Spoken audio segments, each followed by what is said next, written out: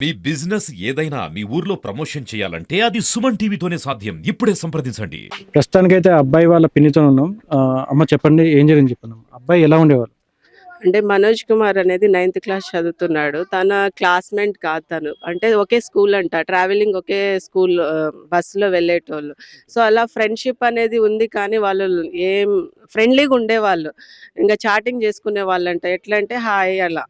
దాన్ని ఇంత సీరియస్‌నెస్ తీసుకుంటారని మనకు తెలియదు. వాళ్ళ ఫాదర్ కాల్ చేసి టార్చర్ పెట్టారంట ఫోన్‌లో. అది ఆల్రెడీ బాబు వాళ్ళ మనోజ్ కుమార్ వాళ్ళ సిస్టర్ మాట్లాడిండంట.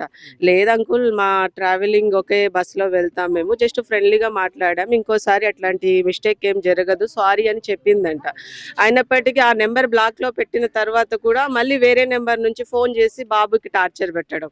అది కరెక్ట్ కాదు కదా! పేరెంట్స్ తోటొచ్చి ఏదైనా మిస్టేక్ ఉంటే పేరెంట్స్ తోటొచ్చి మాట్లాడాలి. అది చెయ్యకుండా డైరెక్ట్ బాబునే బెదిరించడం అంట. ఆల్రెడీ స్కూల్‌కెళ్ళి కూడా అసలు ఈ మ్యాటర్ మనకు తెలియదు. వాళ్ళు ఫ్రెండ్లీగా ఉంటారు. 15 ఇయర్స్ బాబు అంటే ఏంటి? ఆయన ఏజ్ ఏంటి? అలాంటిది వాళ్ళకు లవ్వు ఇది అని వాళ్ళు క్రియేట్ చేసింది. మనకేం తెలియదు ఇప్పటిదాకా. ఈయన ఇలా పాయిజన్ తీసుకొని ఎంత సిట్యుయేషన్ వచ్చే వరకు మనకసలు లవ్ అనే మ్యాటరే తెలియదు. Friendly nature. స్కూల్ ఏజ్ అంటే ఫ్రెండ్లీ నేచరే అనుకున్నాం మేము. కానీ ఒక అపోజిట్ జెండర్ అన్నాక అట్రాక్షన్ అనేది ఉంటది. దాన్ని వాళ్ళు మిస్‌అండర్‌స్టాండింగ్ చేసుకొని బాబుని ఇట్లా మాకు లేకుండా చేశారు. అంటే ఇట్లా జరుగుతుందని చెప్పి స్కూల్లో గాని మీకు గాని ఎప్పుడు ఎవరు చెప్పలేదు? వాళ్ళ పేరెంట్స్ ఎప్పుడు చెప్పలేదు? మాకేం తెలియదండి ఇలాంటి. స్కూల్లో కూడా ఇట్లా జరుగుతుంది, ఇట్లా చేస్తున్నారని కంప్లెయింట్ లేదు. ఏం లేదు. ఇలాంటి మాకసలు చిన్న ఇంటిమేషన్ కూడా లేదండి అసలు అబ్బాయి ఇప్పటిదాకా. కూడా ఏ రోజు చెప్పలేదు. అస్సలు ఒక స్కూలు అండ్ ట్రావెలింగ్ ఒకే బస్సులో చేస్తారనేదే తెలుసు తప్ప ఇంకేం లేదు. వరుసకు బావ మరదలవుతారు. బావ అంటదంట. అది కామన్‌గా ఇంకా వరుసకు బావ మరదలైనప్పుడు అట్లా అనుకుంటారు.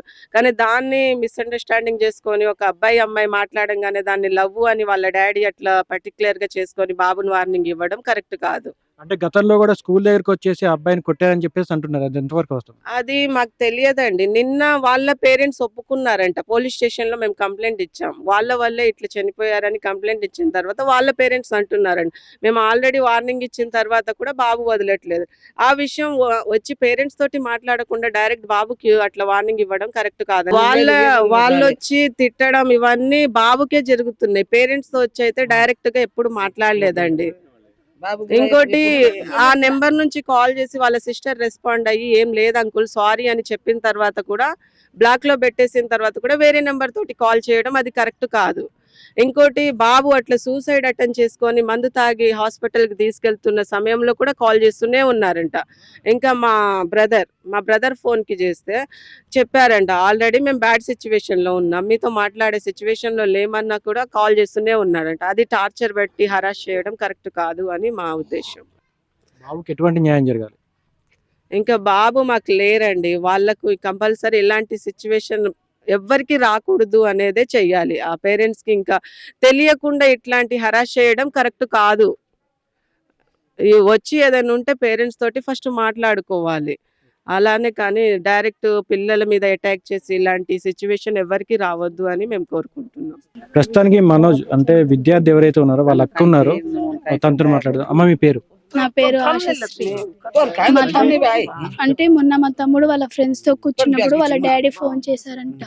వాళ్ళ డాడీ ఫోన్ చేస్తే ఆయన భయపడి మాట్లాడలేక నాతో మాట్లాడిచ్చాడు. నేను మాట్లాడితే వాళ్ళ డాడీ ఏమడిగాడు, ఏంటిదమ్మా ఈ మెసేజ్లు అనేసి అంటే, అవునా అంకుల్ ఏమో నాకు తెలియదు, ఇంకోసారి ఎప్పుడు పెట్టాంలే అంకుల్ అనేసి అంటే, వదిలేయచ్చు కదా వాడిని, వేరే వేరే నెంబర్స్ ఊకే కాల్ చేస్తుంటే ఆ నెంబర్ నేను బ్లాక్లో పెట్టేశా. ఆ బ్లాక్లో పెట్టేసిన తర్వాత వేరే నెంబర్ నుంచి కాల్ చేస్తున్నాడు. వేరే నెంబర్ నుంచి కాల్ చేస్తుంటే ఇక మా తమ్ముడు భయపడి రారా లోపలికెళ్ళి పడుకుందాం, ఫోన్ స్విచ్ ఆఫ్ చేసి రేపు మార్నింగ్ ఏదైనా ఉంటే మాట్లాడుకుందాం అంటే, నేను వస్తా మీరు పదండి అన్నాడు. ఇక వాళ్ళ ఫ్రెండ్స్ అందరూ బయట కూర్చొని ఉన్నారు. ఆయన రోజటి లెక్కనే వచ్చేసి పడుకుంటాడేమో అనుకుని మేము వెళ్ళిపోయి పడుకున్నాం. మేము పడుకున్న ఒక 10 మినిట్స్‌కి వచ్చాడు.